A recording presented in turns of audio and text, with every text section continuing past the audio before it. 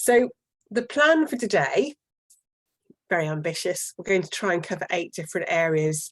It's going to be a bit of a whirlwind tour of autistic girls in the hour.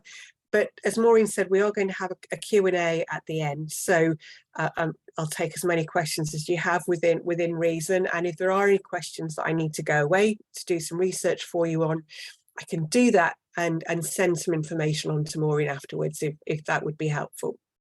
So I'm going to start by thinking about absenteeism and, is it a problem? Is it a problem for autistic girls particularly?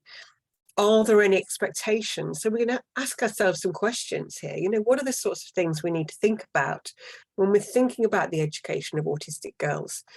Do we have any expectations around gender which may impact on the way that we support them? What are the implications for support if we think about masking and camouflaging, which some of you may have heard of? And what is the impact on autistic girls if we don't meet their needs?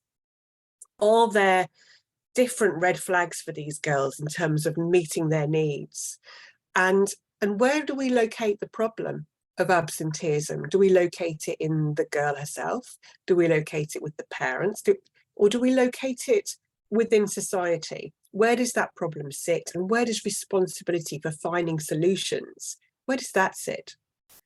And we're going to end the session by thinking about how we actually empower autistic voices, because as Maureen said in her introduction, one of the things I'm most interested by is how we actually address those power imbalances with marginalised populations, such as autistic girls, who for many years were research orphans. People didn't do any research with autistic girls because they simply didn't think there were enough of them. So how do we get to hear those voices, including voices or views of autistic girls who don't use the spoken word, for example?